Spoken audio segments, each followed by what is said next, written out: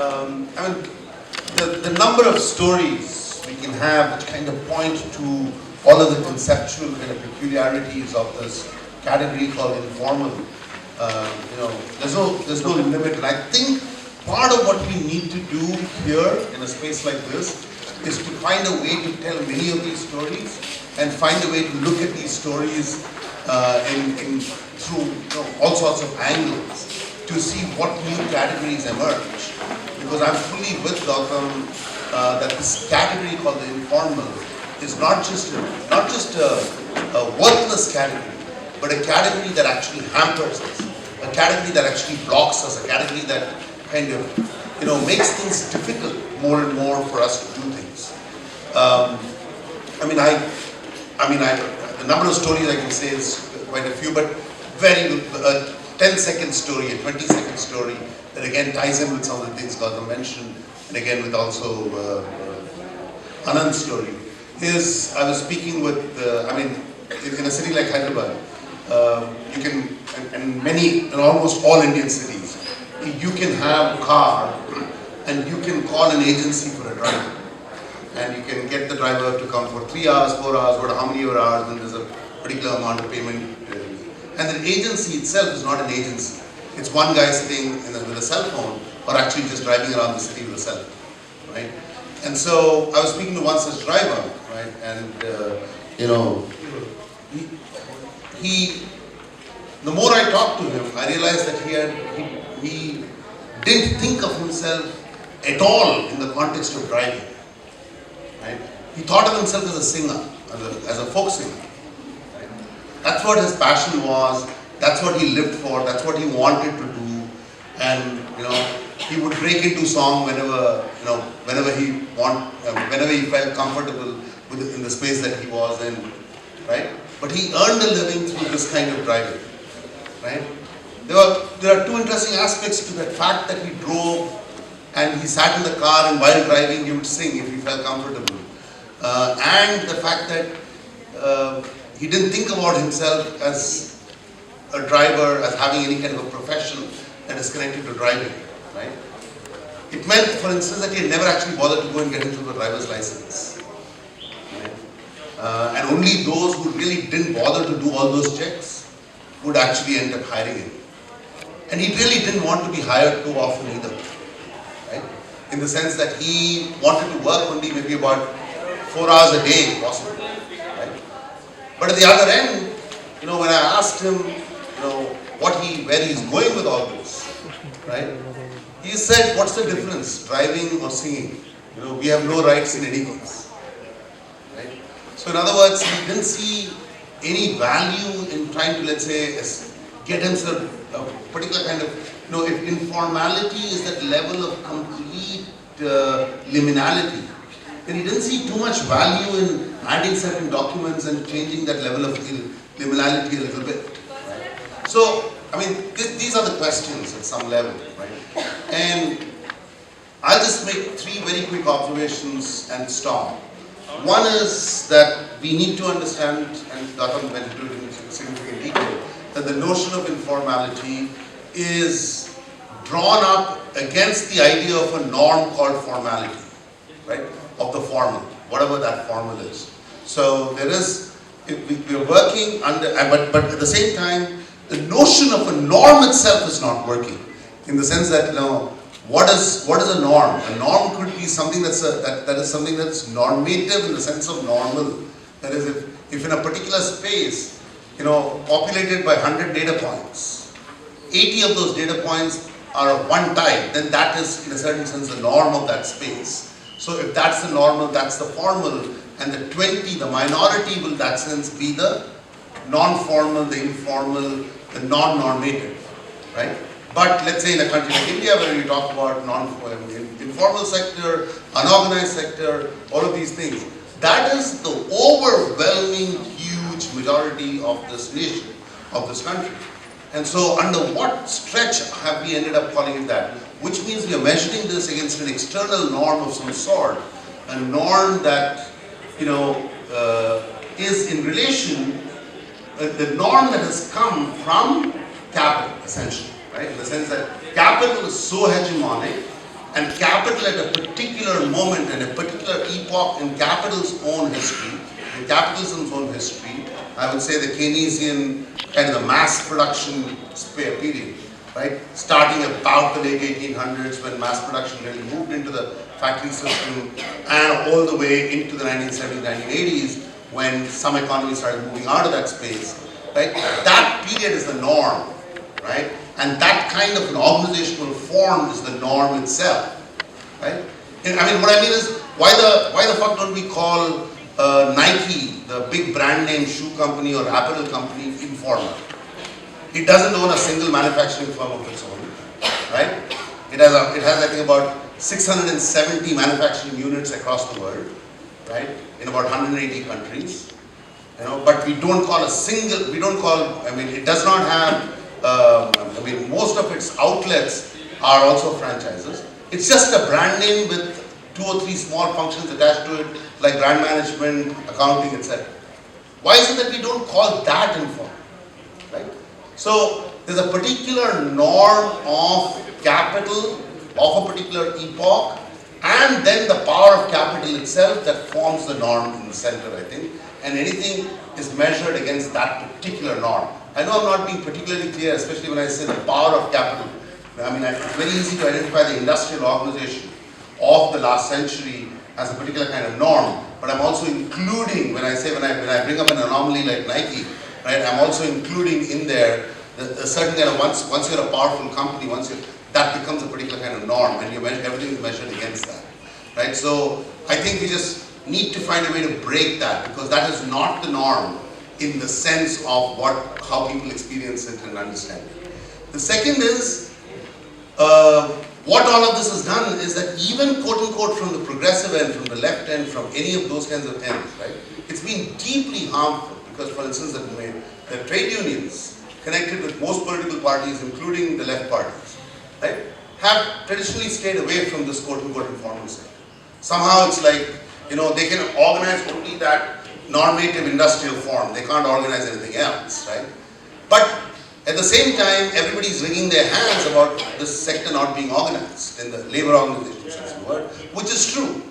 And you know, if you have a country in which 80% of the people of adult workers, right, don't have any link to an organization that can formally be called an organization that has some notion of their rights, right?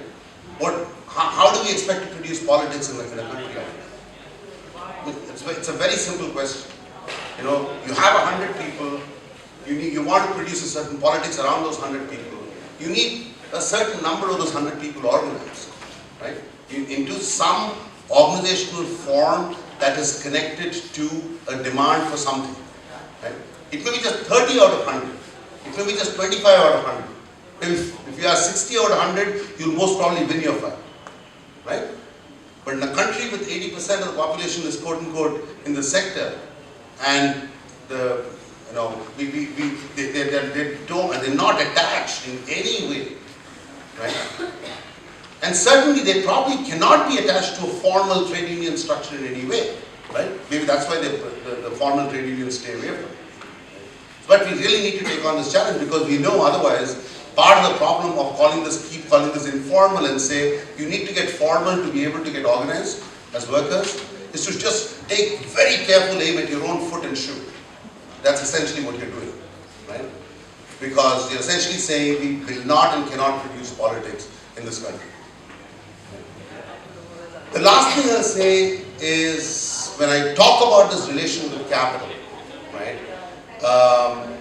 The relation with capital is one wherein capital is constantly shirking its responsibilities of any sort. And I use these words, responsibilities, somewhat, you know, irresponsibly, somewhat loosely, in the sense that, you know, under that old norm of the industrial organization, right, capital had certain obligations that had been worked out in a long negotiated social contract, right? Essentially, this notion of informality and the recognition that we really are struggling against this concept itself is something that we've come to, you know, take more and more seriously, in the sense that, I mean, Okay, actually I'll make two quick points and stop, which is that this notion of informality also works at the level of where, right? I mean, in the sense that if you can't find people under one roof to organize, but then that doesn't make them informal in that sense. I mean, for instance, I work in an industry wherein people are constantly driving around. They're never at one spot, right? But then but they all stop, right? There are certain moments at which they are immobile. They're not moving, right? It could be in a city like New York, for instance, in about 25 restaurants at certain moments in the day.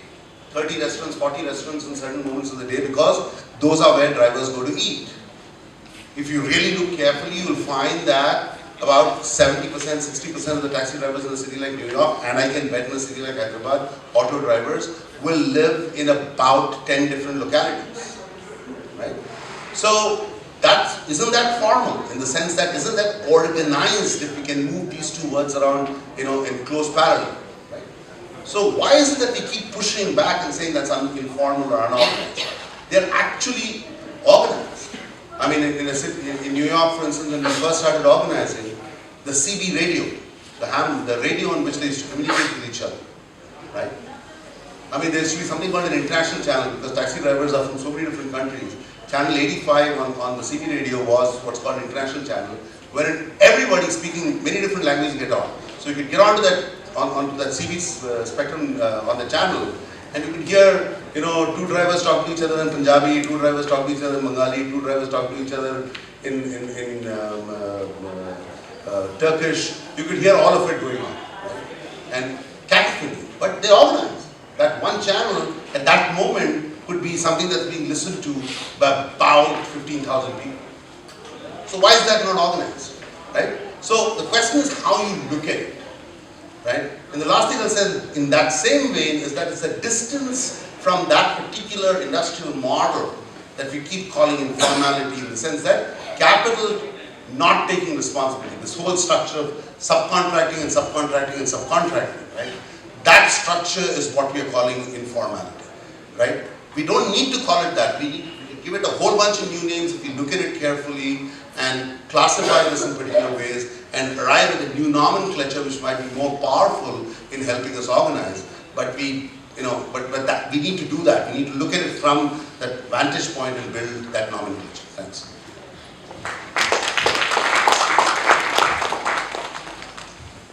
Thanks, Anand, Gautam, and Biju. We're almost out of time. Let me just make three very brief points.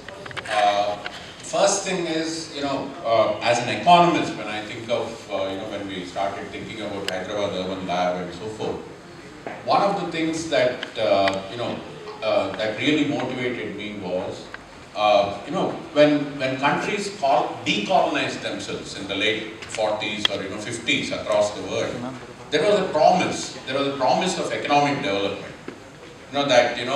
Once they come out of colonialism, industrialization will happen, jobs will be created, agricultural development will happen. At least there was a promise. Not everybody believed in that promise, but a lot of people believed in it. The state, these new independent states actually wanted to implement that promise, and achieve economic development. And it was not a complete failure. There was one part of the world which actually succeeded. If you look at East Asia, Southeast Asia, Japan, Korea, Taiwan, what happened there is, they did industrialize, they created good jobs, they created high-paying jobs, and these countries achieved, rapid growth. But this was, one instance, where this succeeded. But across the world, in large parts of the world, the promise of economic development was never delivered to the people.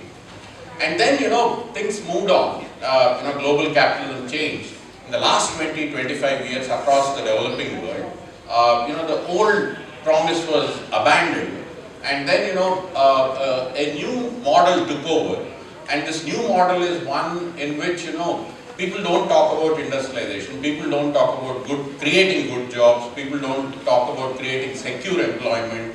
But the new model is basically, as Biju was talking about, it's a new epoch of capitalism, where very few people end up with high paying good jobs or secure jobs, and a large majority, across the developing world ends up with, highly insecure employment, very low paying jobs and so forth. So that's, just to provide a context, the old promise of economic development has failed. People are not talking about that model anymore. The new model of economic development is one in which, the small minority, a small elite actually gains, and, the large majority, doesn't really witness economic development. So that's, the first point, where is the promise of development? Do we still have that promise? I don't see that, in much of the developing world. Second, to locate informal economies in India right now, there's an intersection of three kinds of inequalities. When we started thinking about this, one is, and these are highly interconnected. One is, the agrarian sector has collapsed, starting in the late 90s. We can think about Hyderabad city, we can think of urban development, but we have to think about, the large hinterland. If you look at Telangana, Hyderabad is the center, but, where is the hinterland? You saw thousands of farmer suicides happening, in the last 16, 17 years, in the Telangana hinterland. So the question is, the first kind of inequality that developed is, between the agrarian sector and the rest of the economy. Agrarian sector collapsed, that's where the majority is still located, but people have nowhere to go. So where do they go? Agriculture is not delivering the goods, so where do you go now? If you come to the urban sector, as I already pointed out, in the first point I was making, urban spaces have become super unequal. A small elite, has benefited very significantly, and a small group has actually joined, IT sector or, pharma sector, that kind of employment. But, a majority doesn't have these decent jobs, they have insecure jobs, right? And it's not easy to break into that small sector. So, urban has become very unequal. So, when the agrarian sector collapses, where do people go? They come and join, largely they come and join, this part of the urban, which is not providing secure employment, right? So that's, the second context. And the third kind of inequality is, urban has grown. Urban has grown rapidly in the last 20 years. Agriculture hasn't grown. So the gap between the rural and urban has grown. So, but urban itself is so unequal. So, if you combine these three insights, the rural-urban gap, collapse of the agricultural sector, and growth of urban inequality, what you actually see is, the entire gains of development, this high growth that Manmohan Singh, Chidambaram, Arun Jaitley or Modi, whoever want to talk about this, the large beneficiaries of this economic growth in the last 20 years, are just a small, slender elite in urban spaces. It's around, 5 to 10% of the total population in India. So it's important. The rest of them, we can critique the word informal. We can actually use, other expressions to, understand this process. But, if you want to use a shorthand, the majority is stuck in the informal sector. So we have to talk about it. So these are, two broad contexts that I wanted to provide. And in this, in this broad background, when some of us sat together and thought of Hyderabad Urban Lab, should we go back to, what should we do now? Is the question. What should we do now? How do we intervene now? Do we go back to the promise of economic development, of the 40s, 50s, should we once again pressure the state to create better jobs? Should we try to create formal good employment? Or should we accept the world as it is, these informal economies, but question the injustice? What is the injustice? The injustice is primarily that, the products that are coming out of the informal sector, Anand talked about waste earlier, they are highly undervalued. So there is a completely unequal exchange between the formal sector and the informal sector. How do you, make sure that, workers in the informal sector get paid better, for their employment? How do we should think of alternatives and solutions? Thank you. Talked about are things that we think both at the conceptual level and at the very concrete level. And one of the reasons for doing this is that in a world where most of our conceptual categories are collapsing, abstractions do not really mean what we think they mean, and there's a lot of ambiguity and ambivalence in the real world. You think that people who are sweeping your streets are workers, but they're not in legal terms. They're organized as self-help groups.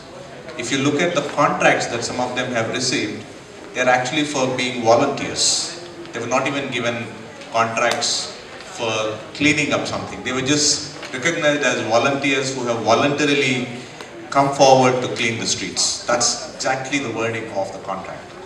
So, given that context, what we have been trying to do is to really stick with the concrete, to really pay attention to the concrete details, the particulars, so on and so forth. And it's in that context that what we have been also trying to do is to constantly work on stories that people tell about themselves, stories that people tell about cities, stories that people tell about their interactions with other people, so on and so forth, and try and understand how these stories matter. Very often we find that stories cannot even be told. Often people feel that nobody is asking them to tell the stories. In fact, one thing that we discovered when we did the Dodin last year was that most people that we interviewed or talked to and so on and so forth said that nobody ever asked us these questions until now. We're damn thrilled simply because you are asking us, and that's a big thing for us. And to us, it was not so much about us having done something great, but it was amazing that we should be living in a society where there's so many things which are just taken for granted as things that need not be told. Silence is completely internalized, and in order to try and break that, we keep creating contexts in which we talk about real life experiences of people. So with that, I'll segue into the next session, and I'll ask Kinnara Murthy to come forward and take over the next session. We're going to have Vasudha Nagaraj, who is an advocate, has been living in this city for a long time, and is a wonderful speaker. We have Lakshmi and Jyotirmayi from Visakhapatnam, both of them who work in slums and deal with slum problems on a day-to-day basis. The reason why we do this is because these are spaces of informality that we need to understand. Yeah?